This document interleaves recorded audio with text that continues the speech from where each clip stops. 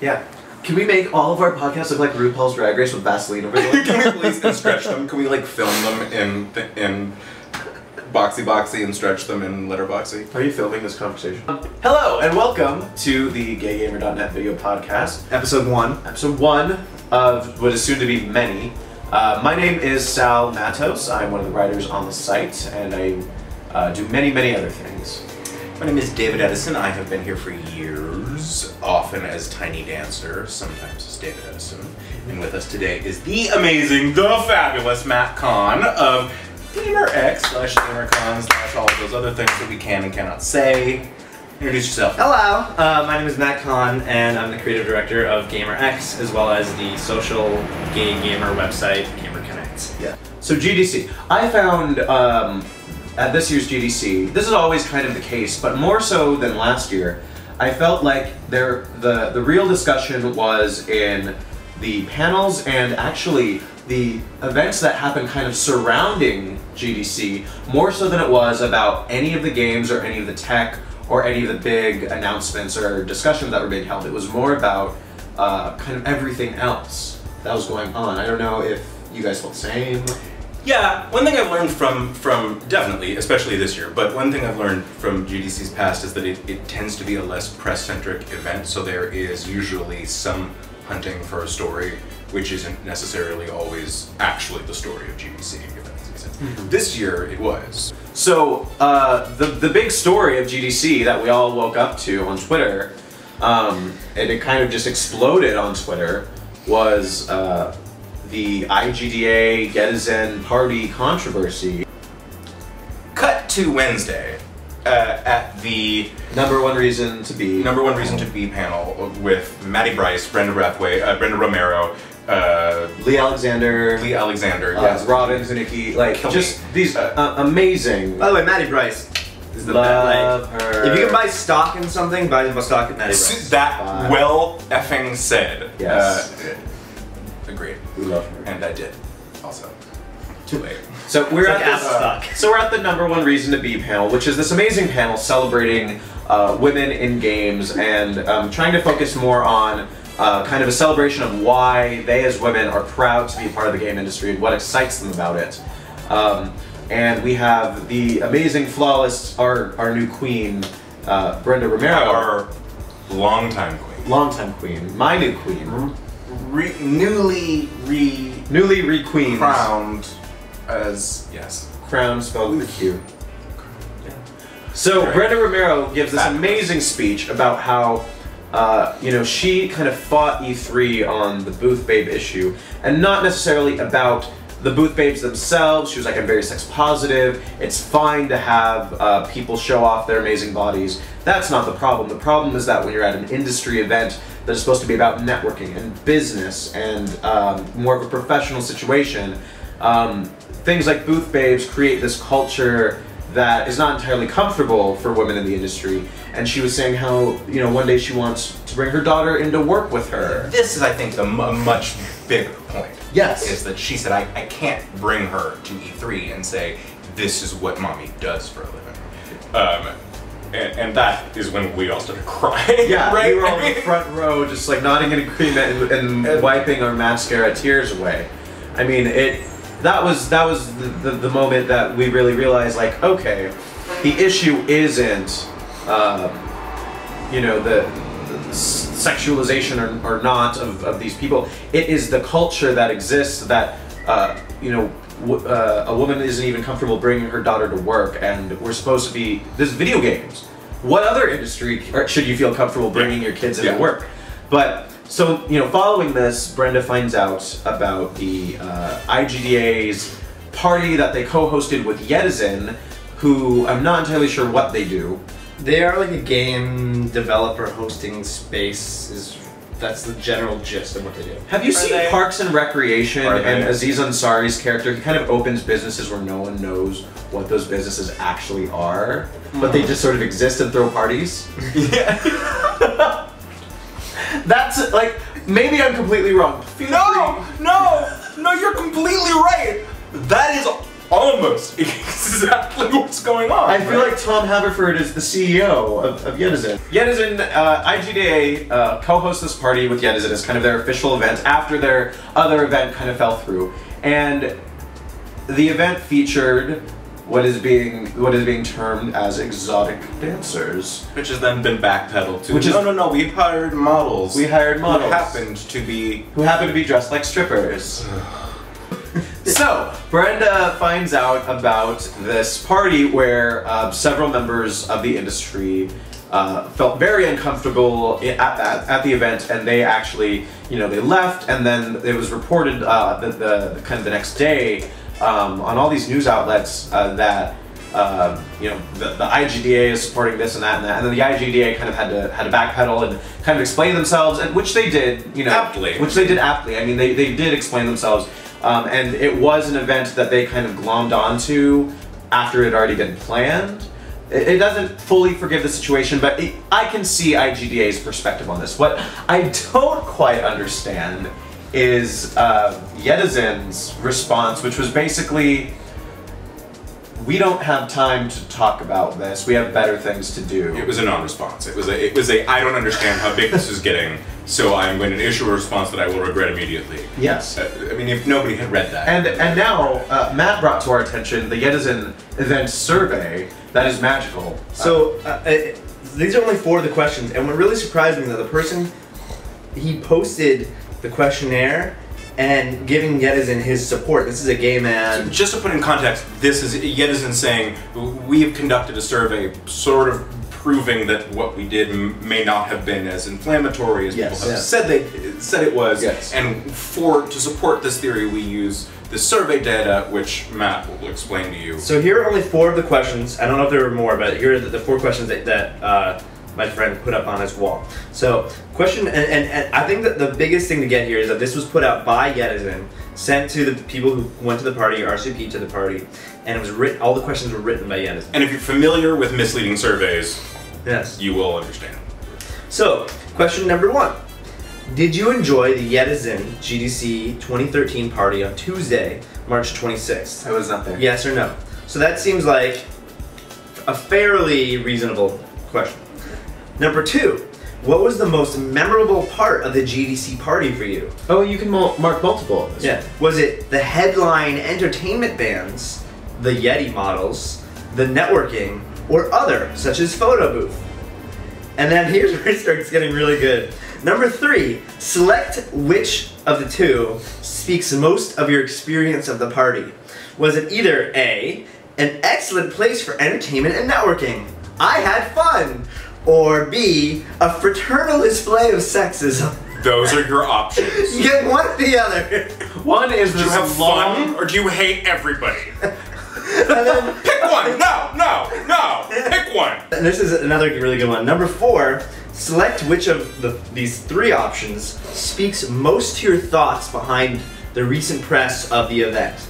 Was it A, misreporting, B, the beginning of extreme censorship in the game industry, the beginning, because narcissism does have I did survey. To be fair, I did add the word the. It was beginning of extreme censorship in the game industry. Oh, you ruined everything, Matt Conn. That's a great point. And then number 3, the party was sexist and the press was right to call it out. So it either was misreporting, beginning of extreme censorship in the game industry, or the party was sexist and the press was right to call it out. This dog sits at the right answer.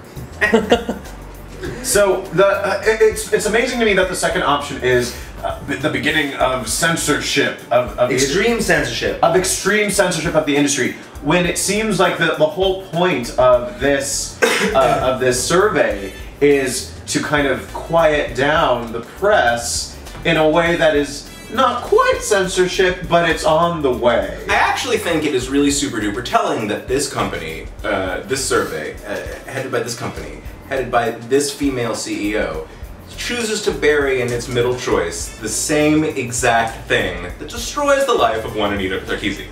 What were we talking about? We were talking about Anita Sarkeesian and the equality or get the fuck out which was the next awesome thing we did, right? Yes. On Wednesday. it's amazing to me just the amount of hate that is thrown her way, purely on the fact that she is doing what she's doing at all, and she's not like, it's not like she's saying video games are super misogynistic, blah blah blah. She is doing an academic critique, and she is outright saying, I love playing Super Mario games, but it's problematic the way that characters like Peach are handled. That is, like, what is that? That wasn't news in 2000. That wasn't news ever. That's like this. Like what she's doing isn't worthy of any vitriol. She's not breaking the industry. It's just saying Mario always rescues the princess. What's up with that? She's just exposing, you know, an opinion of hers. Yeah. It's an opinion, and you have your right to give your opinion back, but not to be like, here's some feminazi bitch, she's fucking trying to ruin the game industry. It's like she was subjected to a gamified systemic harassment, where with very specific rape threats, very specific threats of brutality, game of beating her bloody, with pictures of her bloody. It's like, was made on the internet. This was taken. It was taken way too far. Way too far. I mean, not that too far implies that there is a limit. Yeah, it's all bad, but it was taken to it went from being horrifying extreme. It went from being, you know, YouTube comments to death and rape threats against her family, not even just her. And we never encountered anything like that. In all my years, we never encountered because an inkling of this hatred. And it's for a very simple reason. It's because we're men. When you look at Anita Sarkeesian, who is fucking gorgeous, like she's gorgeous, it is suddenly the object of, you know, the object is voicing her opinion. Suddenly, bad Pinocchio. Yeah. Suddenly, you know, the way I like to think about it is that all she is asking for is, she isn't even asking for a seat at the lunch table. She is saying, hey, I'm not allowed to sit at the lunch table.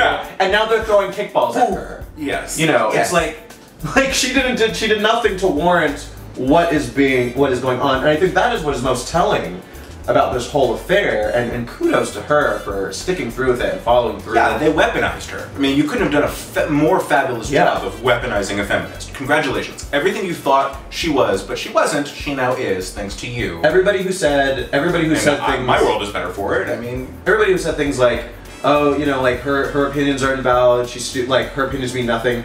Well, you just made her opinions the most valid and the most important, because now she is the voice and the face, because all those people who hated her made her the voice and the face, and rightfully so. That's just it. It isn't, well, I agree with her. I mean, it's, well, I agree with the ability of anybody to say anything that I agree with or not, without the threat of being, of their family being sexually assaulted. I mean, this isn't you know, it was poorly weighted, it was poorly meted out justice that she said.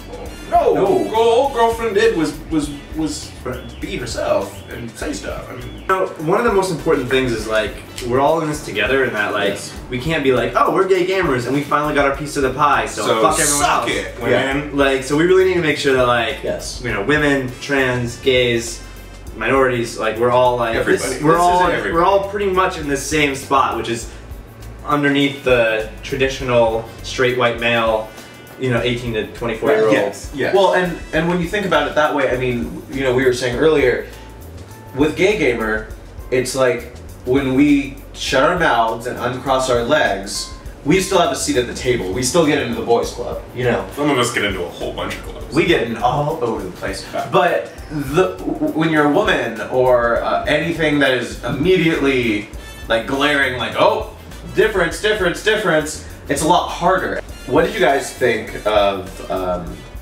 this year with the GGP? What was it different than years past? This is only my second GDC and my second time attending this event, so I'm kind of fresh in this whole world. Fresh. Don't know what this is. Go ahead, Matt Conn. Take Well, the lead on that. I was really honored that Brian Rubin, who is kind of the guy who's leading up the GGP events, gave Gaymerconnect the opportunity to move the GGP party from the Pilsner to the Stud, which I thought was a better venue, and I think people thought it was better just in terms of it was bigger and we were able to play chiptune music and do stuff. I thought that the event was bigger. There was a lot more people that came out than I thought there would be. It was a much more diverse crowd. It was definitely obvious, you know, it was male centric, but I think less male centric than years past. I saw a few women.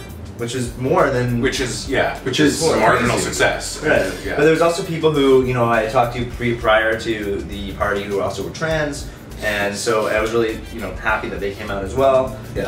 And so I thought that was really awesome that it was not as male heavily dominated as normal. I agree, and what I also thought was interesting about this year's GGP more than the one that I attended last year was that there seemed to be an active discussion amongst the people present. It wasn't just socializing, it wasn't just, you know, hey, let's, you know, network and check in with each other. There's actually kind of a discussion about what are we doing as an industry, how are we moving forward, and I think a lot of that has had to do with you know, the push towards these issues from, in all honesty, I think Gaymerconnect and GaymerX, this discussion that has kind of been born, it's kind of the hot topic right now, and I think everybody is kind of eager in the industry to see, like, how can I get my hands on this and how can I, you know, be involved in it, because it's something that I really support. I mean, everyone that I talked to, you know, they were just going, when's GaymerCon? When is, and I'd correct them that it's GaymerX. It's fine, that's fine. Nobody knows what the name of it is. That's fine. When is that gay gaming convention happening? And just explaining, and just feeling that excitement in the room, and feeling that energy of people wanting to actively have these discussions and make these conversations and these moves happen. That was really exciting to see, that I didn't see last year. The IGDA LGBT SIG roundtable, the whole conversation kind of reminded me of the scene in Milk, where Harvey Milk goes to the North Bay to speak with the gay mafia, you know, these guys who kind of have a lot of influence and kind of are inside the business, in order to get their support for him to become mayor, in order for him to become representative, and also to support all these, you know, big causes that he's doing. And they're like, no, we're on the inside, we want to keep that, we want to stay kind of on the down low, let's enact change in small, subtle ways, we don't need to make these big, sweeping things.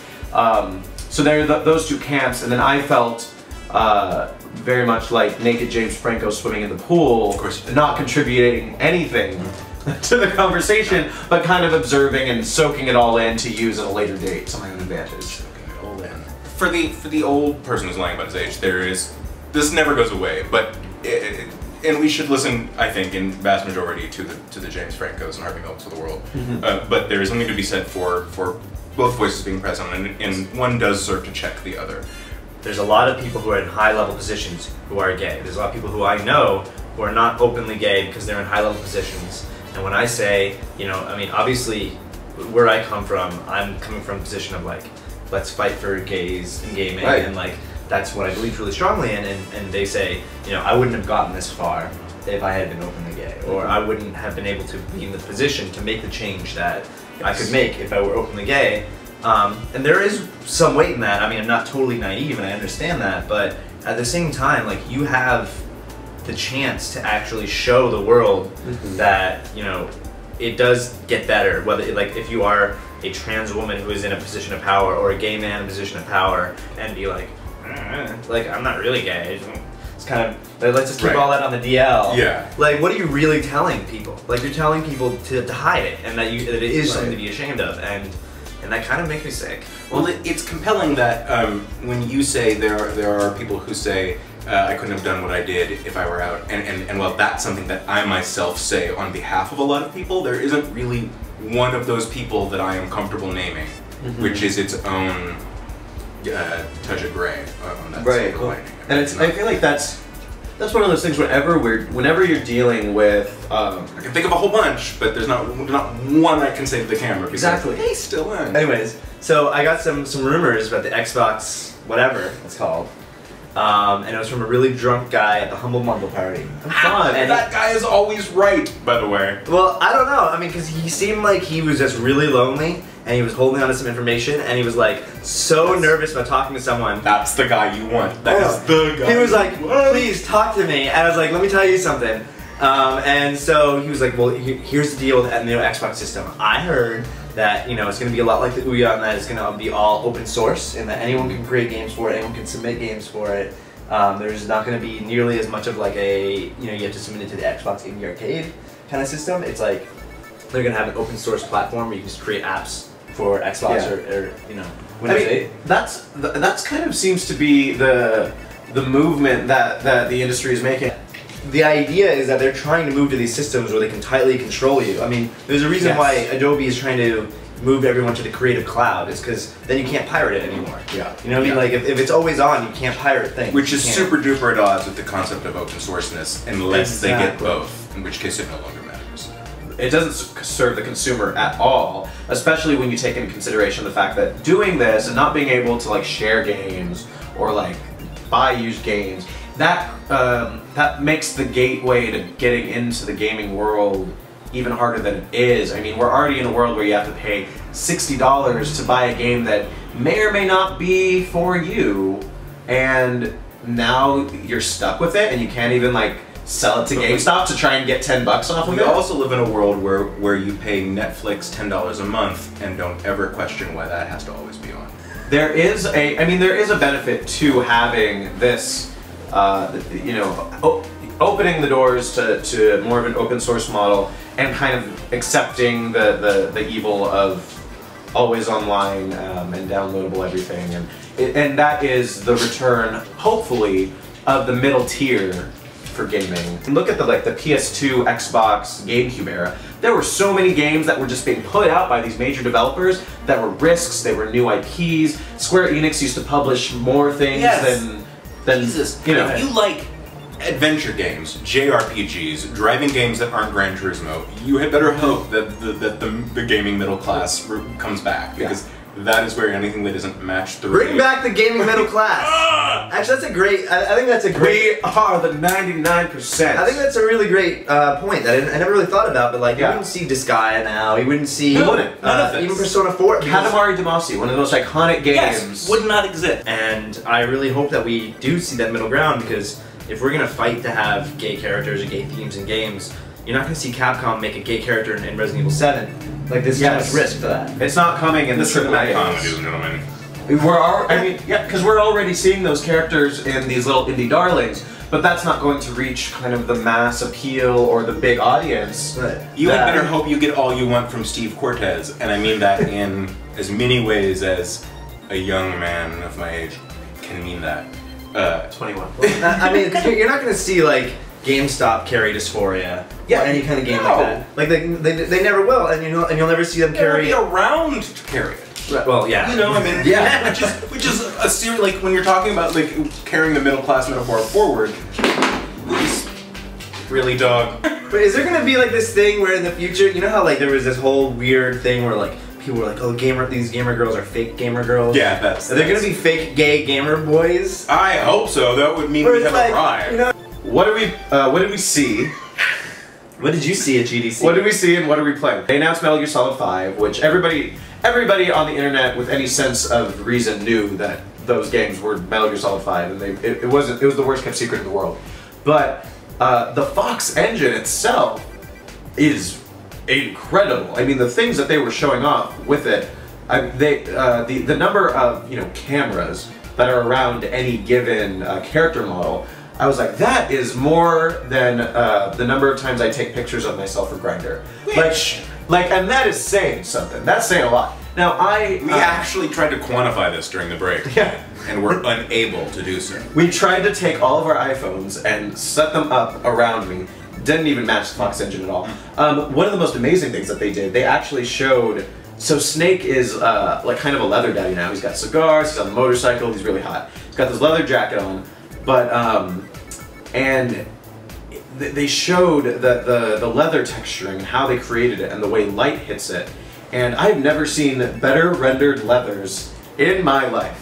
And they even showed how they just like clicked on his sleeve and how realistically they could like fold it up his arm. And like, I don't know why these things in particular really... I do! We all know why these things in particular speak to me as a gamer. But it was just very interesting. We've gotten to this point with engines where I feel like we're done with trying to get to photorealism. We've gotten to photorealism. We can reach photorealism. What is interesting now is how can we actually play with those photorealistic looking images and make them look and interact with the world in a way that is realistic. And often, right, you see people make creative choices that downgrade realism. Yes. In favor of narrative. Well, so I've been out of the game circuit for a little bit, so this was my first time with to get my hands on Dysphoria, Anna Anthropy's gender-bending title, and I thought it was really awesome. It's like a WarioWare format, tells story, teaches, enlightens with a really cool mechanic I like to call empathy, where you What's that? Yeah, basically that was kind of what my brain said.